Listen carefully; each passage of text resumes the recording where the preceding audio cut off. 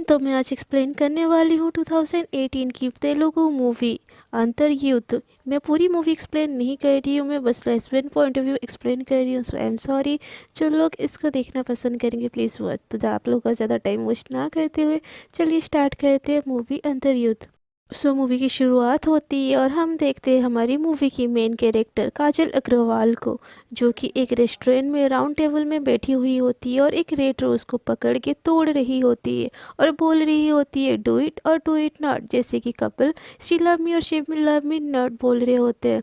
तभी scene shift होती है और हम देखते हैं उसी रेस्टोरेंट में एक अलग टेबल में एक फैमिली बैठी है, जिसमें कि एक सुंदर सी लड़की जिसका नाम राधा है, वो अपने पेरेंट्स को लेकर रेस्टोरेंट लंच पे आई हुई होती है और बेसब्री से वो किसी का वेट कर रही होती। बार बार उसका ध्यान उसके मोबाइल और उसके दरवाजे पे जा रहा होता है।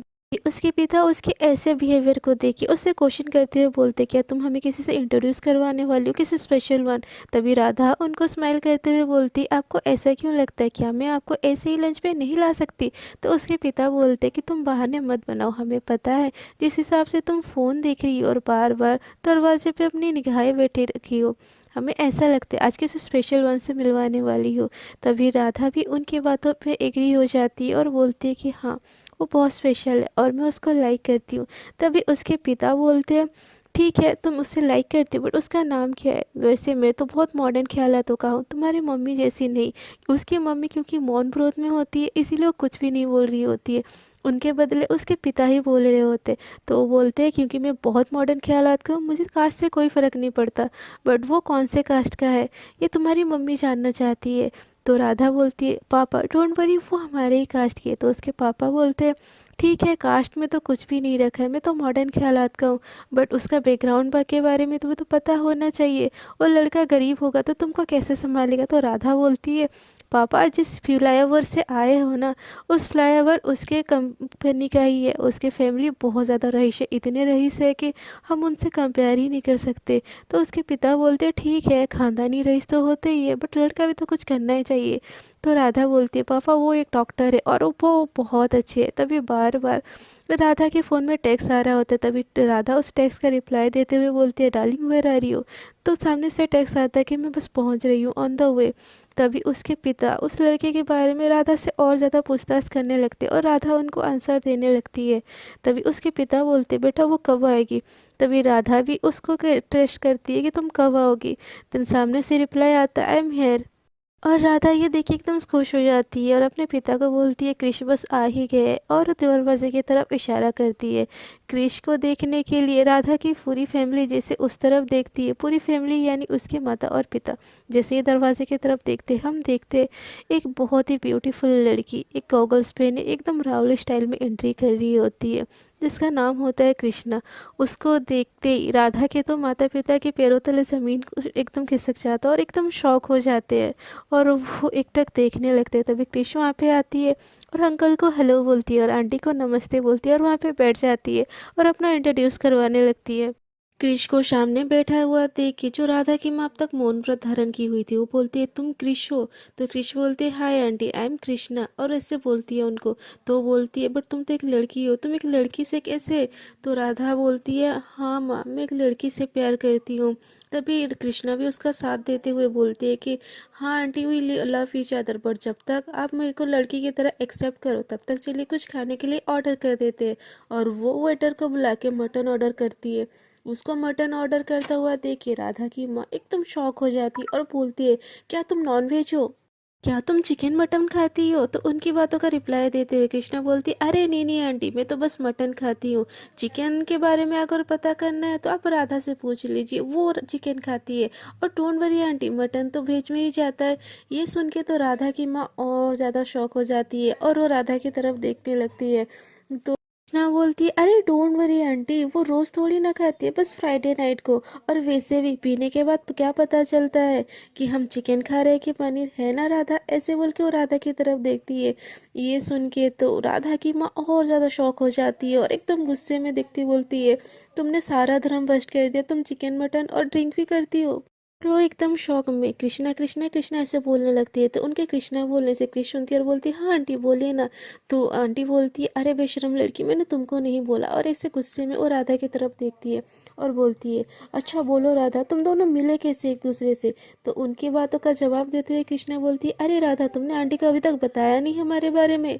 ये आंटी कोई नहीं, मैं आपको बताती हूँ। मैं राधा को पहली बारी मेरे ही क्लिनिक में मिली थी। वो मेरी क्लिनिक में आई थी। वो एक ब्लैक कलर की अनारकली ड्रेस पहनी थी और इतनी सुंदर लग रही थी कि मुझे उससे देखते ही प्यार हो गया। उसकी मासूमियत मुझे भा गई। और मुझे क्योंकि उस टाइम पे बहुत भूख लगी थी, तो मैंने सीधा राधा को डिनर के लिए इन्वाइट कर दिया। और राधा ने भी वो चीज़ एक्सेप्ट कर दी। फिर उसके बाद हम दोनों ने बहुत ड्रिंक की। और ड्रिंक के बाद हमारे रूम में गए।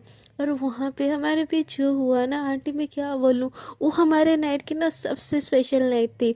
और क्या मैं बोलूँ, उसके बाद से हम दोनों को रियलाइज़ हुआ कि हम दोनों एक दूसरे से बहुत प्यार करते हैं। और अब एक दूसरे से बिल्कुल दूर नहीं रहते, और इसीलिए हम तब से साथ रहने लगे। ये सुन के आंटी तो एकदम शौक में। राधा और कृष्णा दोनों को घूरते बोलते, क्या तुम दोनों साथ रहते हो, वो भी बिना शादी के। कृष्णा उनके आंसर देते हुए बोलती, अरे आंटी वाह, आप तो शादी के लिए मान गए। तो आंटी बोलती है, मैंने ऐसा तो नहीं बोला। भी सीन फिर से शिफ्ट होती है और जाती है काजल अग्रवाल के ऊपर। और हम देखते हैं कि काजल अग्रवाल के पास वेटर आता है और उससे कुछ मंगवाने के लिए बोलता है। तो काजल पूरे मेनू चेक करती है और डेथ वेलवेट केक मंगवाती है। तभी फिर से सीन शिफ्ट होती है राधा और कृष्णा के ऊपर, और हम देखते हैं राधा कृष्णा और आंटी की बातों से राधा के पिता एकदम बहुत ज्यादा गुस्से हो जाते हैं और इन लोगों को एकदम घूर के देख रहे होते हैं। तभी कृष्णा बोलती है, मान जाओ ना आंटी, आपको तो दहेज की भी टेंशन नहीं होगी। हम दोनों एक ही ड्रेस पहन लेंगे, सादा चीज शेयर कर लेंगे, हम दोनों एक साथ में बहुत खुश रहेंगे, प्लीज मान लीजिए आंटी। आंटी को मना ही रही होती है। तभी वहाँ पे वेटर मटन लेके आ जाते हैं और मटन को देख के क्रिश अपनी लालच संभाल नहीं पाती है। और मटन देखते ही उस पर टूट पड़ने लगती है। और क्रिश को मटन खाता हुआ देख के राधा के पेरेंट्स एकदम गुस्से में उसको घूरने लगते हैं। तभी बात को संभालते हुए राधा क्रिश को खाते हुए रोक लेती है। फिर अचानक से वहाँ पे कुछ टाइम के लिए लाइट चली जाती है और लाइट जाते ही चुपके से सारा मटन क्रिश चट कर लेती है। राधा उसको रोकती है तो क्रिश बोलती है, मैं नहीं खा रही हूँ, बाजू वाले खा रही है, इसीलिए उसकी आवाज़ आ रही है। और ऐसे बोल के चुपके से खा रही होती कि तभी लाइट आ जाती है और क्रिश पकड़ी जाती है। बातों को संभालते हुए राधा अपनी मम्मी से बोलती है, वो क्या है ना मम्मी, क्रिश को मटन बहुत ज़्यादा पसंद है, वो रोक नहीं पाती है, तो उसके लिए आई एम सॉरी। आंटी बोलती है, ये मटन की हड्डी की तरह ना तेरा दिमाग भी चूस गई है। तभी वहाँ पे वेटर आ जाता है और बोलते हैं, एनीथिंग एल्स मैम। तभी वेटर को देखते हुए आंटी बोलती है, 100 ग्राम भेजा ही दे दो मेरी बेटी के लिए। और आंटी उस वेटर को देखते हुए राधा को बोलती है, कम से कम इससे प्यार कर लेती तो मुझे इतना दुख नहीं होता, कम से कम मर्द तो है, तो लड़कियों के बीच में कैसे प्यार हो सकता है, ये पाप है।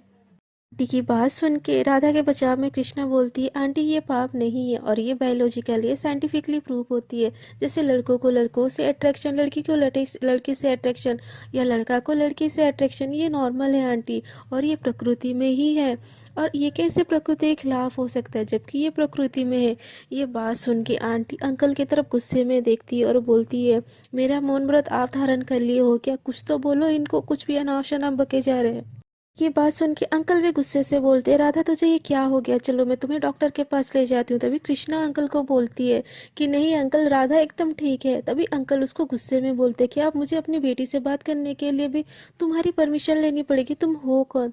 तभी कृष बोलती है कि मैं एक डॉक्टर हूँ, वो भी दिमाग की, और मुझे पता है राधा एकदम ठीक है।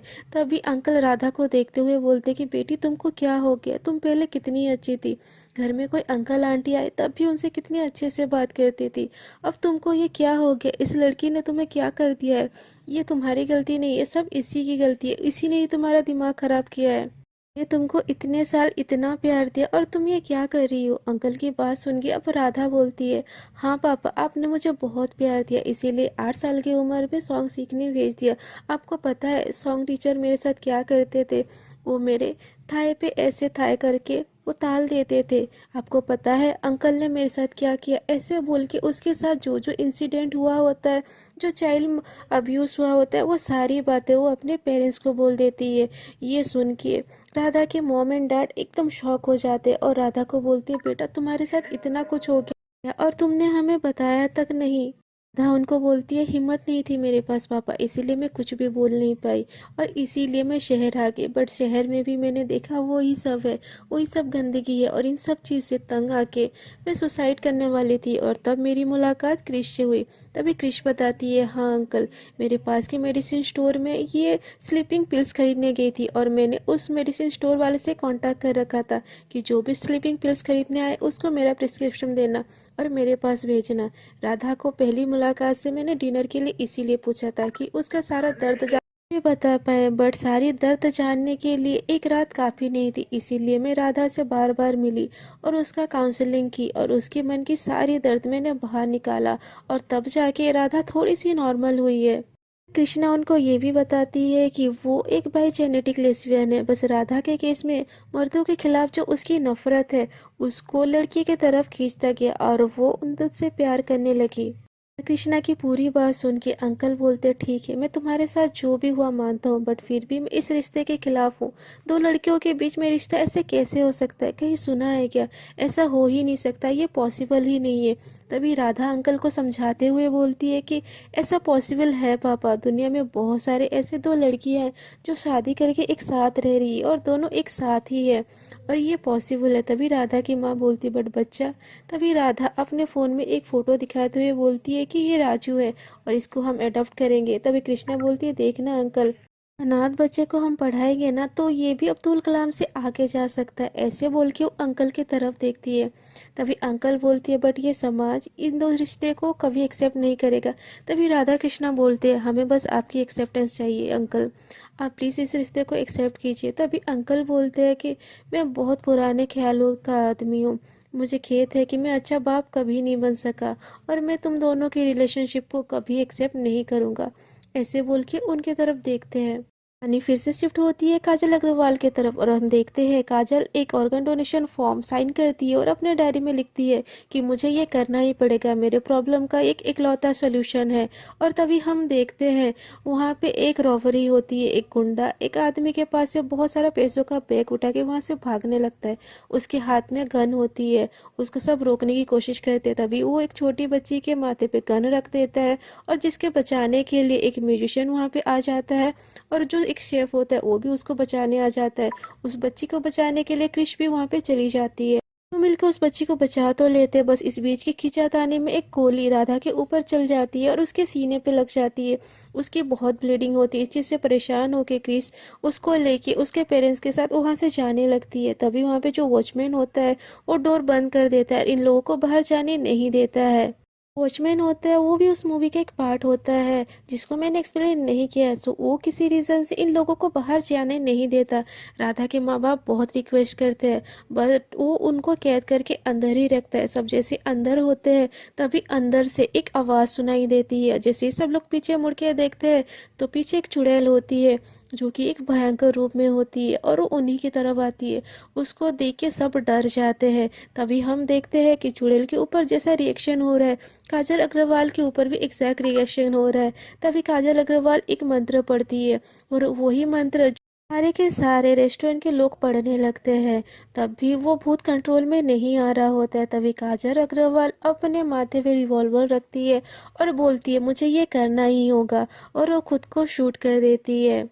काजल अग्रवाल के मरने के साथ ही जो रेस्टोरेंट में लोग होते हैं जैसे कि राधा कृष्णा, उसके पेरेंट्स और बाकी के सारे लोग यानी कि वो बच्चे भी, वो काजल अग्रवाल की ही इमेजिनेशन होती है। यानी कि ये सारी चीज़ें रियल नहीं होती है। ये सारी चीज़ें जो हम लोग देख रहे होते हैं मूवी में अब तक, वो काजल अग्रवाल के साथ बीती हुई सारी की सारी चीज़ें होती है उसके बचपन से लेके अभी तक। जैसे उसके साथ अत्याचार हुआ यानी कि राधा की सारी स्टोरी काजल अग्रवाल की स्टोरी होती है।